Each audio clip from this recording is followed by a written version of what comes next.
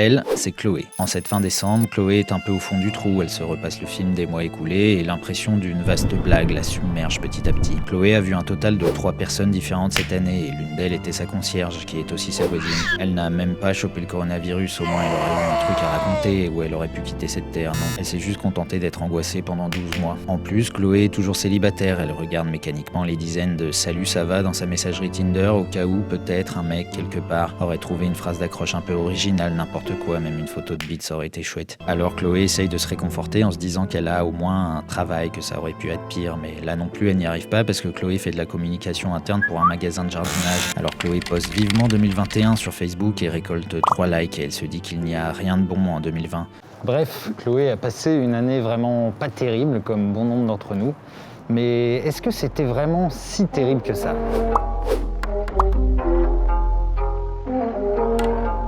Selon le Time Magazine, l'année 2020 est la pire année de tous les temps. Sa couverture, l'année 2020 barrée d'une croix rouge, a beaucoup fait parler d'elle et à juste titre, puisque les rares fois où le magazine a utilisé un tel procédé graphique, c'était à la mort de divers personnages sordides de l'histoire, au premier rang desquels Adolf Hitler en 1945. Si l'auteur de l'article principal reconnaît dès le début qu'il y a vraisemblablement eu d'autres années assez horribles dans l'histoire, il affirme que la plupart des gens vivant actuellement n'ont jamais rien connu de tel. Et on ne peut pas vraiment lui donner tort, près de 2 millions de personnes sont mortes du Covid-19, la moitié de la population mondiale a été confinée pendant de nombreuses semaines, plusieurs personnalités politiques de haut rang ont chopé un virus potentiellement mortel, l'économie s'est violemment cassée la gueule, on a dit adieu à la culture et la pauvreté et le chômage ont explosé un peu partout dans le monde. Néanmoins, peut-on vraiment dire que l'année 2020 est la pire de tous les temps ? À première vue, pas vraiment. Quand on regarde dans le passé, il y a par exemple la peste noire de 1346 qui a tué environ la moitié de la population en Europe, soit environ 25 millions de personnes, ou encore la grippe espagnole en 1918 qui a tué entre 25 et 40 millions de personnes en un an seulement. Tout ça au sortir d'une des pires guerres de l'histoire de l'humanité où on envoyait des bonshommes moisir dans des tranchées pleines de boue pour se faire charcuter par des mitrailleuses en l'honneur de la patrie. Et tant qu'on est dans les guerres, on peut citer sans trop de peine la Seconde Guerre mondiale, conflit le plus meurtrier de l'histoire qui a fait plus de 60 millions de morts, soit plus de 2% de la population mondiale à l'époque. Et on peut aussi inclure l'année 2006 car c'est l'année où on s'est fait voler la victoire de la Coupe du Monde par cette enflure de Materazzi et ça reste dans toutes les mémoires. Un chercheur américain, Michael McCormick, a par ailleurs estimé que la pire période de l'histoire a commencé en 536, année qui marque le début de diverses éruptions volcaniques en Islande, plongeant l'Europe entière dans la nuit pendant 1 an et demi et faisant baisser les températures de 2 degrés, anéantissant toutes les récoltes, facilitant la propagation de la peste et précipitant la chute de l'Empire romain. Bonne ambiance. Autant dire qu'avec seulement, entre guillemets, 2 millions de morts, notre crise actuelle fait pas le figure.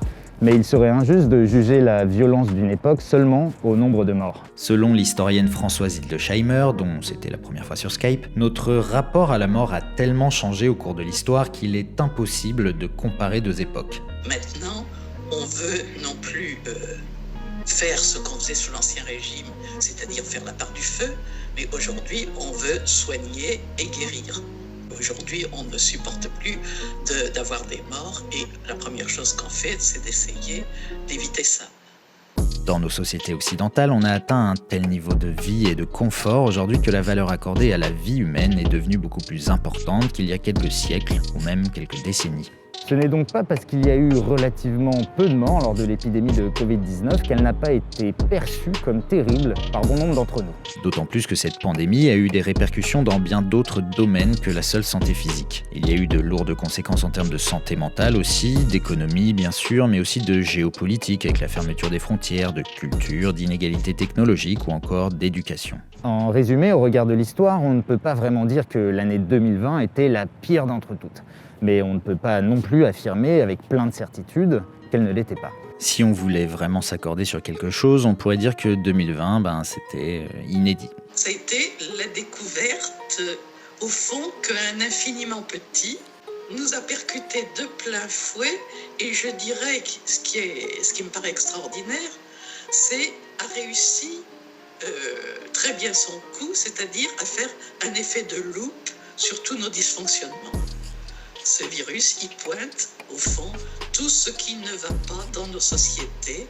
Il accroît les failles et, au fond, c'est peut-être cette découverte qui nous a le plus plus impactés. Voyons le verre à moitié plein. Il n'y a pas eu que des mauvaises nouvelles en 2020. La preuve en images.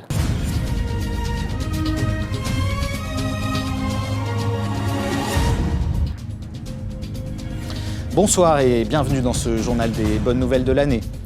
Économie tout d'abord aux Pays-Bas, la banque municipale d'Amsterdam a annoncé racheter les dettes de ses clients jeunes adultes dans une ville où plus d'un tiers des jeunes âgés de 18 à 34 ans sont endettés. Santé publique maintenant, le Parlement écossais a rendu les protections périodiques accessibles gratuitement, une première dans le monde à l'échelle d'un pays. International maintenant, le Programme alimentaire mondial a remporté le prix Nobel de la paix et c'est quand même pas mal. Animaux maintenant, à Hong Kong dans le zoo Ocean Park, de pandas géants ont enfin fini par s'accoupler après 10 ans de vie commune sans le moindre rapprochement.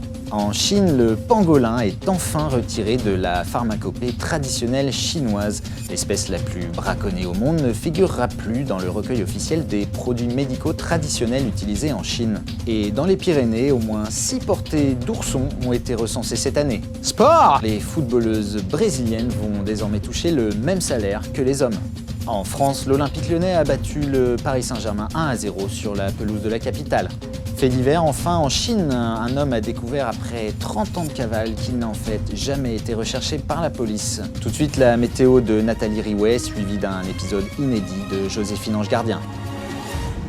En résumé, l'année 2020 a été une année vraiment pas terrible pour pas mal d'entre nous. On a perdu des proches ou des connaissances, on a été confinés dans des endroits parfois exigus, on a eu peur, on a été éloigné de nos familles, de nos amis, on n'a pas pu aller chez le coiffeur.